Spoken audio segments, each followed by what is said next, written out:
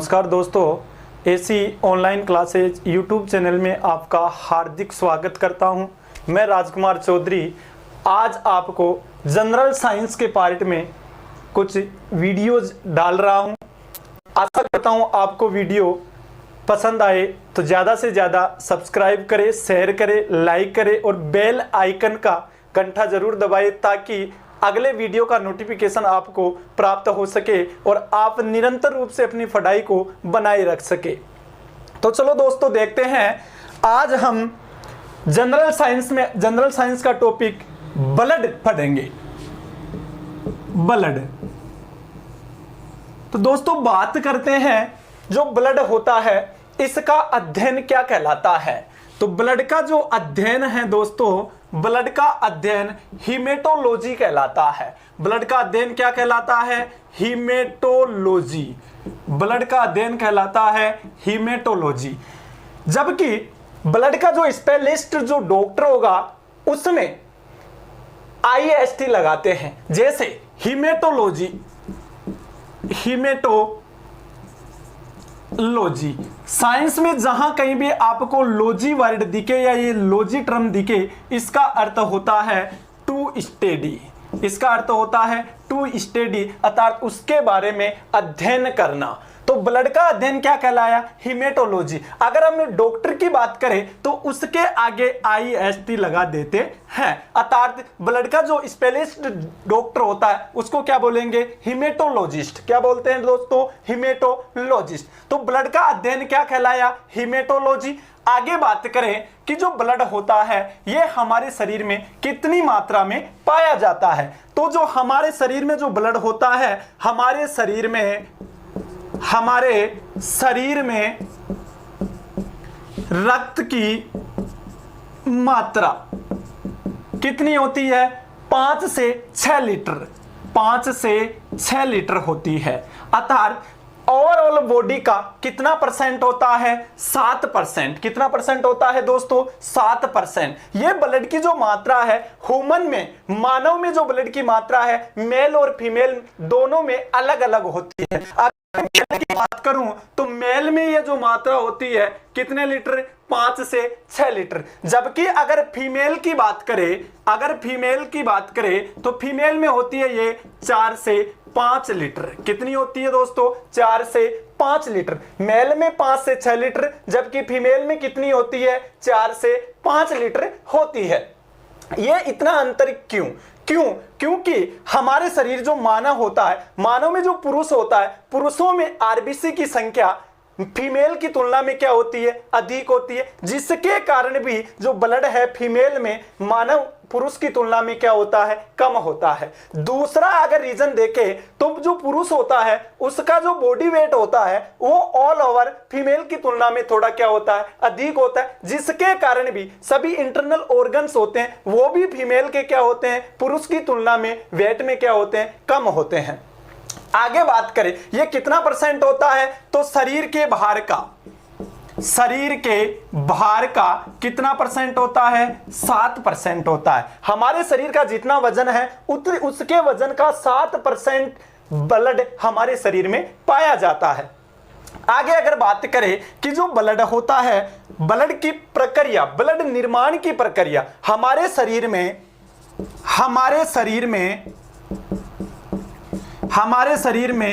Blood निर्माण की प्रक्रिया क्या कहलाती है? ब्लड निर्माण की प्रक्रिया क्या कहलाती है? तो हमारे शरीर में जो ब्लड निर्माण की प्रक्रिया है वो कहलाती है हीमोपोइसिस। क्या कहलाती है दोस्तों? हीमोपोइसिस। ब्लड निर्माण की जो प्रक्रिया है ये क्या कहलाती है? हीमोपोइसिस कहलाती है। ब्लड का निर्माण करने वाली जो सेल्स होती है, रक्त का निर्माण करने वाली सेल या सेल्स क्या कहलाती है? हीमोसाइट कहलाती है। क्या कहलाती है दोस्तों? हीमोसाइट कहलाती है। तो रक्त का निर्माण करने वाली जो सेल्स है, कोशिकाएं हैं, वो तो क्या कहलाएगी? हीमोसाइट। और हमारे शरीर में ब्लड निर्माण की जो प्रक्रिया है वो क्या कहलाएगी? हीमोपोइसिस कहलाएगी। क्या कहलाएगी दोस्तों? हीमोपोइसिस कहलाएगी। आगे इसकी बात करें तो जो ब्लड होता है, ब्लड के आगे बात करें तो ब्लड का जो पीएच मान होता है, ब्लड का जो पीएच मान होता है, तो रक्त का पीएच मान कितना होता है? 7.4। कोष्टक में हम लिख सकते हैं ब्लड कैसा होता है? हल्का क्षारीय, अर्थात इसकी प्रकृति होती है वो कैसे होती है? बेसिक होती है। कैसे होती है दोस्तों? बेसिक। प्लस हम एक चीज और लिख सकते हैं एल्केलाइन, और एल्केलाइन का मतलब होता है कि ये जल में क्या होती है? जल में क्या होता है? ब्लड सोल्यूबल होता है, घुलनशील होता है। तो जो ब्लड का पीएच मान है वो कितना है? 7.4 होता है। ब्लड का पीएच मान कितना होता है? 7.4, अर्थात हल्का क्षारीय। एक क्वेश्चन आरआरबी एनटीपीसी 2016 में पूछा हुआ क्वेश्चन है कि मानव शरीर में रक्त की मात्रा कितनी होती है? उसमें ऑप्शन था 5 लीटर, ए ऑप्शन में था 5 लीटर, बी में था 6 लीटर, सी में था 8 लीटर और डी में था 4 लीटर। तो इसमें हम अपन क्या करेंगे? 5 लीटर भी आ गया, 6 लीटर। तो जो ज्यादा मात्रा कितनी होती है? 5 से 6 लीटर। तो हम किसको सही माना गया था? 6 लीटर। क्वेश्चन पूछा था कि शरीर में ब्लड की मात्रा कितनी होती है? तो 6 लीटर, 5 से 6 लीटर। उसमें 5 लीटर और 6 लीटर दोनों ऑप्शन में आ गए, तो हमारे को सही करना क्या था? 6 लीटर। और सही भी क्या माना गया है? 6 लीटर माना गया है। आगे अगर बात करें इसके ब्लड के बारे में, तो जो ब्लड होता है इसका निर्माण, ब्लड का जो निर्माण होता है वो किस में होता है? ब्लड का निर्माण अस्थि मज्जा में होता है। ब्लड का निर्माण किस में होता है दोस्तों? अस्थि मज्जा में। अब ये अस्थि मज्जा क्या चीज है? अस्थि मज्जा क्या चीज है? तो हमारे शरीर में जो बड़ी बड़ी अस्थियां होती है, हमारे शरीर में क्या होती है? बड़ी बड़ी अस्थियां होती है, हड्डियां होती है। इन हड्डियों के बीच में जो ये खोखला स्थान है, इस खोखले स्थान में किसका निर्माण होता है? ब्लड का निर्माण होता है। अब क्वेश्चन ये बनता है कि क्या सभी हड्डियों में ब्लड का निर्माण होता है? नहीं। अप्रोक्स हम देखें तो हमारे शरीर में जैसे थाई बोन है, वर्टिबल बोन है, बैक बोन है, ह्यूमरस है, रेडियस है, अल्ना है, जो लंबी लंबी बोन है, बड़ी बोन है, उनमें किसका निर्माण होता है? ब्लड का निर्माण होता है। अगर अप्रोक्स देखें तो 150 से 160 हड्डियों में किसका निर्माण होता है? ब्लड का निर्माण होता है। लेकिन जब भ्रूणीय अवस्था में जो ब्लड का निर्माण होता है वो किस में होता है? तो भ्रूणीय अवस्था में ब्लड का जो निर्माण होता है वो किस में होता है? लीवर में होता है। लीवर, या इसको बोल सकते हैं यकृत, या फिर क्या बोल सकते हैं? जिगर। लीवर, यकृत या जिगर। तो भ्रूणीय अवस्था में तो किस में होगा? लीवर, यकृत या जिगर। जबकि एडल्ट अवस्था में जो ब्लड का निर्माण है वो किस में होता है? अस्थि मज्जा में होता है। क्यों होता है भ्रूणीय अवस्था में? जब हम माता के गर्भाशय में या एम्ब्रियोनिक स्टेज में होते हैं तब उसमें हड्डियों का निर्माण नहीं होता है, और हड्डियों के निर्माण न होने के कारण जो भ्रूणीय अवस्था में ब्लड का निर्माण है वो किस में होता है? लीवर या यकृत में होता है। आगे बात करें हम ब्लड की, तो जो ब्लड होता है इसमें ब्लड में भ्रूणीय अवस्था में लीवर का निर्माण होता है। आगे अगर बात करें ब्लड के मामले में, तो जो ब्लड होता है क्या है? तरल संयोजी उत्तक है। रक्त क्या है? तो रक्त क्वेश्चन सीधा पूछा जाता है कि रक्त क्या है? तो रक्त क्या है? तरल संयोजी उत्तक है। रक्त क्या है? तरल संयोजी उत्तक। सर, तरल संयोजी उत्तक है। रक्त अगर इसको और लगा के लिखे तो रक्त क्या है? सर्कुलेटरी सिस्टम भी है, अर्थात परिसंचरित अंग भी है। परिसंचरित अंग भी है। रक्त क्या है? परिसंचरित अंग भी है। अब तरल संयोजी उत्तक है, अर्थात जो ब्लड है लिक्विड फॉर्म में पाया जाता है। लिक्विड फॉर्म में पाया जाता है तो लगातार हमारी जो रुधिर वाहिनियां होती है उसमें निरंतर रूप से क्या होता रहता है? बहता रहता है। निरंतर रूप से क्या रहता है? बहता रहता है। लेकिन बात करें कि सर ये उत्तक कहां से आ गया? तरल संयोजी उत्तक क्यों नाम पड़ा? तो क्यों पड़ा? क्योंकि जो ब्लड होता है इस ब्लड में क्या होती है? सेल्स होती है। यह आपने पढ़ रखा है। कौन कौन सी सेल्स होती है? तो पहली आरबीसी होती है, डब्ल्यूबीसी होती है, और तीसरी कौन सी होती है? प्लेटलेट्स होती है। ये 3 प्रकार की सेल्स किसमें पाई जाती है? ब्लड में पाई जाती है। तो ये जो कोशिकाओं का समूह है, और उत्तक किसे कहा जाता है? उत्तक किसे कहा जाता है? ग्रुप ऑफ सेल या सेल ऑफ ग्रुप। कोशिकाओं का जो समूह है वो क्या कहलाता है? उत्तक। तो बशर्ते हमारे जो ब्लड में क्या पाई जाती है? सेल्स पाई जाती है, और ये जो कोशिकाओं का ये समूह है, ग्रुप है, वो उसे ही हम क्या नाम देते हैं? उत्तक कहा जाता है। बात करें कि कनेक्टिव टिश्यू क्यों नाम पड़ा, इसे संयोजी नाम क्यों पड़ा? क्यों पड़ा? क्योंकि जो ब्लड होता है, इस ब्लड में बहुत सारी चीजें क्या होती है? पदार्थ सम्मिलित होते हैं। जैसे हम बात करें O2, CO2, हार्मोन्स, पोषक तत्व, ग्लूकोज, और बात करें पानी, और इसके आगे बात करें तो यूरिन, मूत्र। ये सारे किस में सम्मिलित होते हैं? ब्लड में घुले हुए होते हैं या ब्लड में रहते हैं। अब बात करें कि ये जो सेल्स होती है, ये सेल्स क्या काम करती है? हमारे शरीर के जो भी ऑर्गन्स होते हैं उनमें जो सेल्स पाई जाती है वो ही कार्य करती है, ना कि कोई ऑर्गन कार्य करता है। अर्थात ऑर्गन में जो सेल्स पाई जाएगी वो क्या करेगी? कार्य करेगी। जैसे हमारे लंग्स का काम क्या है? O2 को इन करना और CO2 को बाहर निकालना या एक्सहेल करना। जबकि जैसे किडनी का काम देखें तो किडनी का काम क्या है? फिल्ट्रेशन का कार्य करती है, छनित्र का कार्य करती है। इसी प्रकार ब्रेन क्या कार्य करता है? तो ब्रेन का काम पूछे तो आप बताएंगे कि सर ब्रेन कंट्रोल करता है, कोऑर्डिनेट करता है, हमारे शरीर पर क्या करता है? कंट्रोल करता है। लेकिन ये नहीं करते, ना ब्रेन करता है, ना किडनी करती है, ना लंग्स करता है। कौन करता है? इनमें पाई जाने वाली जो सेल्स होती है, कोशिकाएं होती है, वो क्या करती है? कार्य करती है। अब आपको पता है कि कार्य करने के लिए हमारे को किसकी आवश्यकता होती है? ऊर्जा की आवश्यकता होती है।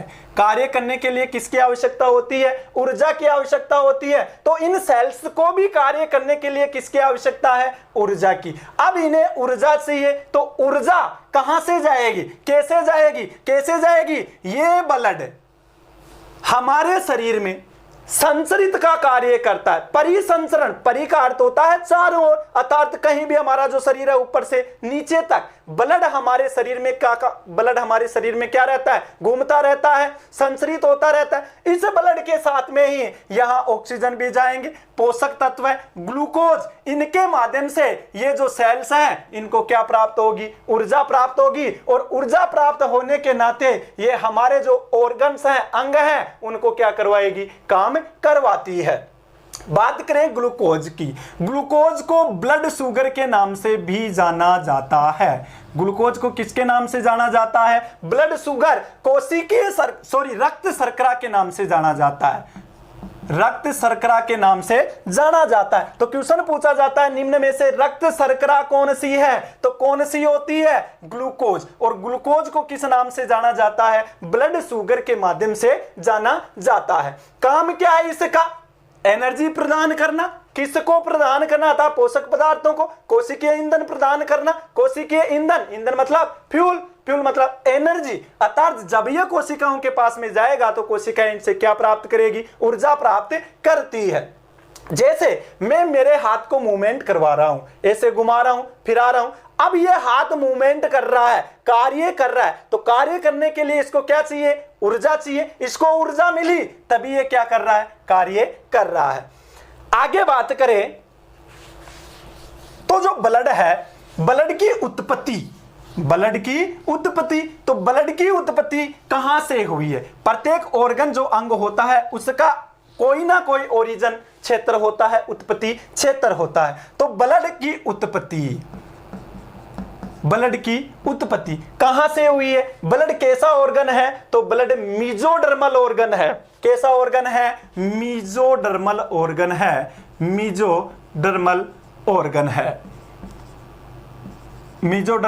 ऑर्गन है। हिंदी में भी इसको सेम नाम से जाना जाता है, मीजोडर्मल ऑर्गन या मीजोडर्मल अंग। अब ये मीजोडर्मल क्या है? कि ब्लड का निर्माण मेसोडर्म से होता है, मेसोडर्मल ऑर्गन है, तो ये मेसो कहीं कहीं आपको डर्मिस इस भी लिखा हुआ मिलेगा, डर्मिस भी लिखा हुआ मिलेगा, तो उससे कोई फर्क नहीं पड़ता। तो ब्लड की जो उत्पत्ति है, उत्पत्ति क्षेत्र है, अर्थात ब्लड कैसा अंग है, मेसोडर्मल ऑर्गन है। तो देखो जब हम भ्रूणीय अवस्था में होते हैं, कौन सी अवस्था में, भ्रूणीय अवस्था में, तो सर्वप्रथम 3 लेयर का निर्माण होता है, 3 परतों का निर्माण होता है। वो 3 परत कौन कौन सी है? पहला है एंडोडर्म, पहली परत कौन सी है? एंडोडर्म। दूसरी परत कौन सी है? मेसोडर्म, दूसरी परत कौन सी है? मेसोडर्म। और तीसरी परत है कौन सी? एक्टोडर्म। तीसरी परत कौन सी है? एक्टोडर्म। अब एंडोडर्म सेम हिंदी में नाम है, इस एंडोडर्म से किसका निर्माण होता है, किसकी उत्पत्ति होती है? तो हमारे शरीर के जो भी इंटरनल ऑर्गन्स होते हैं, जैसे स्टोमच, जैसे स्टोमच, स्टोमच मतलब आमाशय, स्टोमच मतलब आमाशय, इसको पेट भी बोल सकते हैं, इसको उदर भी बोल सकते हैं। उदर एक उर्दू शब्द है, उदर क्या है? एक उर्दू शब्द। इसके बाद में फेफड़े, लंग्स की उत्पत्ति भी किससे होती है? एंडोडर्म लेयर से होती है। इसके बाद में पेंक्रियाज, पेंक्रियाज मतलब अग्नाशय, पेंक्रियाज मतलब अग्नाशय। इसके अलावा इंटेस्टाइन, इंटेस्टाइन मतलब आंते, इंटेस्टाइन मतलब आंते। और आंते कितनी? इंटेस्टाइन 2, स्मॉल इंटेस्टाइन और लार्जेस्ट इंटेस्टाइन, छोटी आंत और बड़ी आंत। इसके अलावा लीवर, लीवर का निर्माण भी किससे होता है? एंडोडर्म से होता है। इसके अलावा 2 बोन्स का निर्माण भी होता है, कौन कौन सी? थाइमस बोन, अर्थात थाइमस बोन। और थाइमस बोन का मतलब है ये सबसे छोटी हड्डी, सॉरी ये हार्ट के पास में पाई जाने वाली हड्डी होती है। और बुढ़ापे की निशानी भी इसी को बोला जाता है, क्योंकि बुढ़ापा आते आते ये क्या हो जाती है? लुप्त हो जाती है। इसके बाद में इसके आगे बात करें, एक और किसका निर्माण होता है? हड्डी का निर्माण होता है, कौन सी? थायराइड, कौन सी? थायराइड। बून का निर्माण भी किससे होता है? एंडोडर्म से होता है। तो इन सब का निर्माण या उत्पत्ति किससे होती है? कौन सी लेयर से? एंडोडर्म से होती है। इसके बाद में अगर दूसरी लेयर की बात करें, किसकी? मेसोडर्म से, तो मेसोडर्म से किसका निर्माण होता है? Cardiac muscles, cardiac muscles. Cardiac muscles का मतलब होता है हृदयी पेशी, हृदयी पेशी, हृदय पेशी। कार्डियक, कार्डियक का मतलब होता है, कार्डियक टर्म किससे लिया गया है? कार्डियोलॉजी, अर्थात हार्ट का अध्ययन क्या कहलाता है? कार्डियोलॉजी। अर्थात इंटरनल ऑर्गन है, लेकिन इसका निर्माण किससे होता है? मेसोडर्म से होता है। दूसरा कौन? ब्लड। अभी आपने पढ़ा, बताया कि ब्लड की उत्पत्ति कहां से होती है? मेसोडर्म से, अर्थात मेसोडर्मल ऑर्गन है क्या? ब्लड। तीसरी जो लेयर होती है एक्टोडर्म, यह सबसे आउटर लेयर होती है, तो इससे किसका निर्माण होता है? आउटर स्किन का निर्माण होता है, आउटर बाहरी त्वचा। और जो त्वचा पर, जैसे हमारी त्वचा का रंग होता है, रंग के लिए कौन सा वर्णक उत्तरदायी है? मेलानिन। तो पिगमेंट, जो पिगमेंट होते हैं, उन पिगमेंट्स का निर्माण भी किससे होता है? एक्टोडर्म से होता है। आगे देखें, इसके अलावा आगे देखें, अगर क्वेश्चन पूछ लिया जाए कि बोन्स क्या है, बोन्स क्या है, हड्डी क्या है, तो हड्डी ना तो सेल्स है और ना ही कोई ऑर्गन है। बोन्स क्या है? तो हड्डी एक प्रकार का क्या है? टिश्यू है। टिश्यू मतलब उत्तक है। और क्वेश्चन भी बनता है कि हमारे शरीर का हार्डेस्ट टिश्यू, सबसे कठोर उत्तक क्या है? तो क्या होता है? हड्डी, या इसको क्या बोला जाता है? बोन्स। हमारे शरीर का सबसे क्या है? कठोर उत्तक क्या है? बोन्स होता है। इसके बाद में आगे बात करें तो जो ब्लड होता है, ये ब्लड में कुछ भाग होते हैं। तो ब्लड के मुख्यतः कितने भाग होते हैं? 2 भाग होते हैं। ब्लड के मुख्यतः कितने भाग होते हैं? 2 भाग होते हैं। पहला भाग है इसका प्लाज्मा, पहला भाग कौन सा है? प्लाज्मा। दूसरा भाग कौन सा है इसका? कणिकाएं। दूसरा भाग कौन सा है इसका? कणिकाएं। प्लाज्मा कितना परसेंट होता है ब्लड में? तो कितना परसेंट होता है? 55%।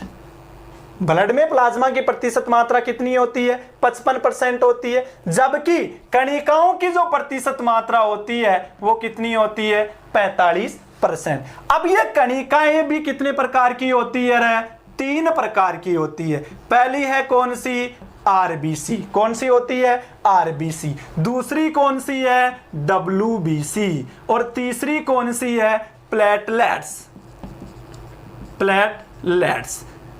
आरबीसी का नाम क्या है? लाल रुधिर कणिका। इसका पूरा नाम क्या है? लाल रुधिर कणिका, या फिर इंग्लिश में इसकी बात करें तो रेड ब्लड सेल्स के नाम से भी जाना जाता है, रेड ब्लड कार्पसेल्स के नाम से भी जाना जाता है। इसका अन्य नाम क्या है? तो इसका दूसरा नाम है इरिथ्रोसाइट।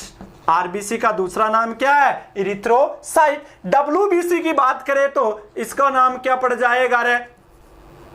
श्वेत रुधिर कणिका। क्या हो जाएगा? श्वेत रुधिर कणिका। इसका दूसरा नाम होता है क्या? ल्यूकोसाइट। क्या होता है? ल्यूकोसाइट।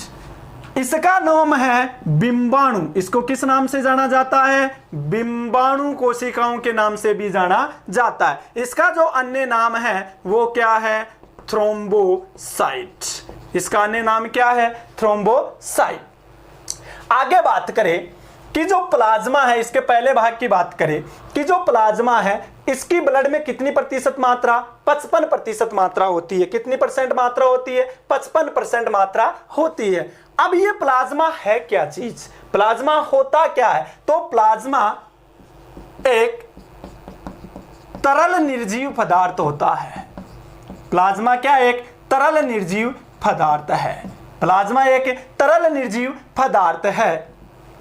इसका निर्माण कहां होता है? तो इसका निर्माण कहां होता है? लीवर में, या फिर यकृत में, या फिर इसी का नाम है जिगर, या फिर इसी को बोलते हैं कलेजा। और इन सब को सम्मिलित तौर पर बोलते हैं मानव शरीर की प्रयोगशाला। मानव शरीर की प्रयोगशाला। मानव शरीर की प्रयोगशाला किसे कहा जाता है? तो किसे कहा जाता है? लीवर को। किसको कहा जाता है? लीवर को। आगे बात करें कि जो हमारा शरीर है उसमें प्लाज्मा कितनी मात्रा में पाए जाते हैं, तो जो कितनी क्वांटिटी होती है, इसकी मात्रा कितनी होती है? तो प्लाज्मा की जो मात्रा है वो कितनी होती है? 3 से 3.5 लीटर होती है। कितनी होती है? 3 से 3.5 लीटर होती है। आगे बात करें कि जो ये प्लाज्मा है इसमें कौन कौन से कंपाउंड्स पाए जाते हैं, प्लाज्मा के कौन कौन से अवयव होते हैं, तो उन अवयवों की बात करें तो प्लाज्मा के जो कौन कौन से अवयव हैं उन अवयवों की मैं बात करूं तो देखो कौन कौन से अवयव पाए जाते हैं। प्लाज्मा में 90% जो प्लाज्मा है अपना, इस प्लाज्मा में 90% तो क्या होता है? जल होता है। प्लाज्मा में दोस्तों 90% क्या होता है? जल होता है। इस 90% जल के अलावा इसमें क्या होता है? विभिन्न प्रकार के कार्बनिक व अकार्बनिक पदार्थ। कार्बनिक व अकार्बनिक पदार्थ। विभिन्न प्रकार के कार्बनिक व अकार्बनिक पदार्थ कितने परसेंट होते हैं? 10%। 90% तो क्या हुआ? जल हुआ। 10% क्या पाया इसमें? कार्बनिक व अकार्बनिक पदार्थ। किस फॉर्म में पाए जाते हैं? घुलनशील अवस्था में। घुलनशील अवस्था में। घुलनशील अवस्था नाम दे दो, या फिर कोलाइडी रूप में पाए जाते हैं। घुलनशील अवस्था या कोलाइडी रूप में पाए जाते हैं। अब मैं कार्बनिक पदार्थ की बात करूं इस 10% में, तो कार्बनिक पदार्थ में 7 से 8%, कार्बनिक पदार्थों में 7 से 8% क्या पाई जाती है? प्रोटीन पाई जाती है। कितनी परसेंट? 7 से 8% क्या पाई जाती है? प्रोटीन पाई जाती है। अब कौन कौन सी प्रोटीन पाई जाती है? तो देखो, पहली प्रोटीन कौन सी? एल्ब्यूमिन। कौन सी? एल्ब्यूमिन। कितनी परसेंट होती है? 4 से 5%। कितनी परसेंट होती है? 4 से 5%। काम क्या है?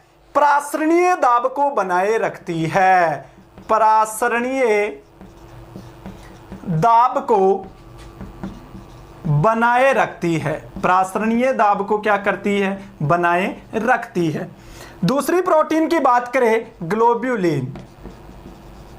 ग्लोब्यूलिन कितनी परसेंट होती है, 2.5% होती है। काम क्या है इसका, अल्फा बीटा का परिवहन, अल्फा व बीटा का क्या करती है, परिवहन करती है, वह गामा एंटीबॉडी का निर्माण करती है।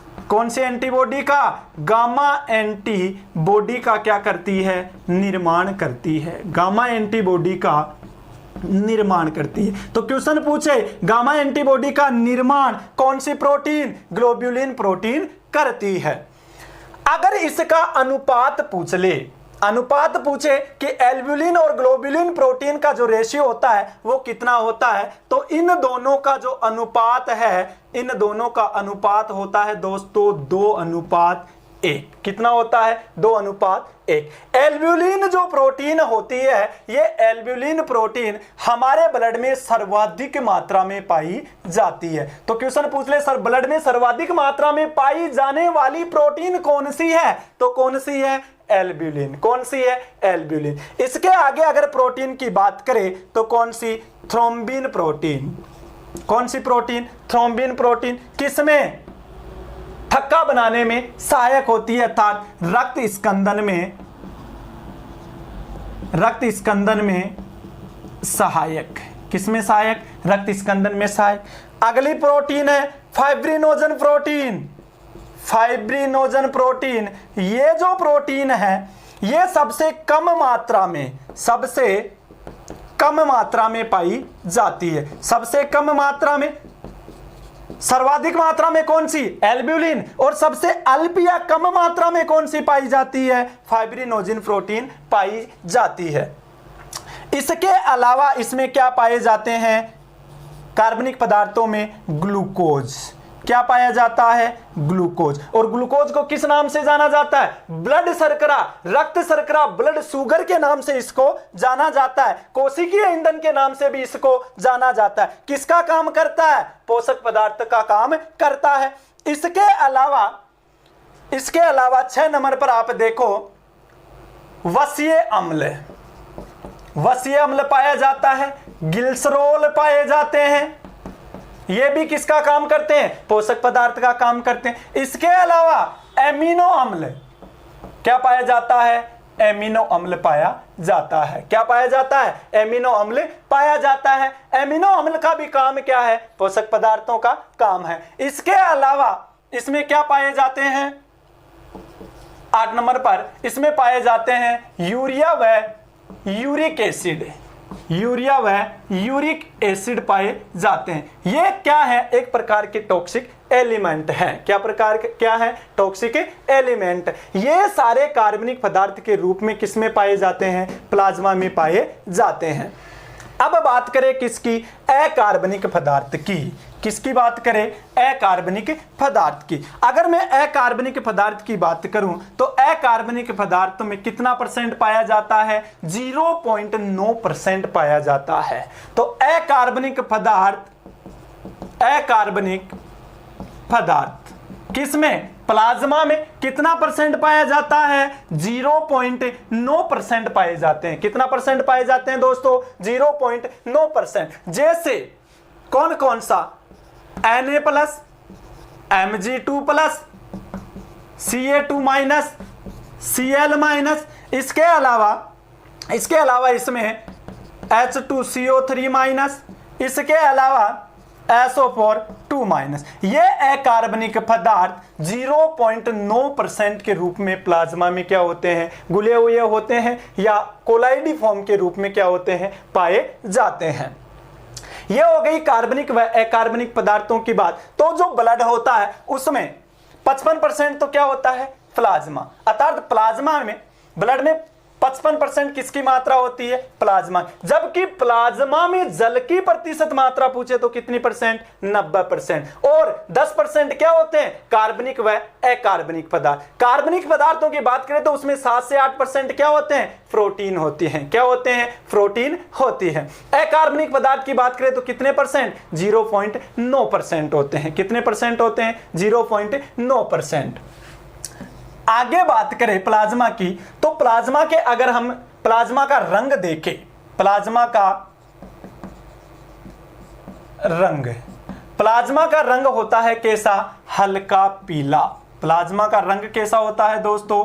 हल्का पीला। ये हल्का पीला रंग इसको कौन प्रदान करता है? साइंस में अगर आप रंग के बारे में जानोगे तो उसके पीछे कोई ना कोई पिगमेंट जरूर होगा जो उसको रंग प्रदान कर रहा है। तो प्लाज्मा का जो हल्का पीला रंग होता है ये कौन प्रदान करता है? तो हमारा जो लीवर है, लीवर, और लीवर का अध्ययन क्या कहलाता है?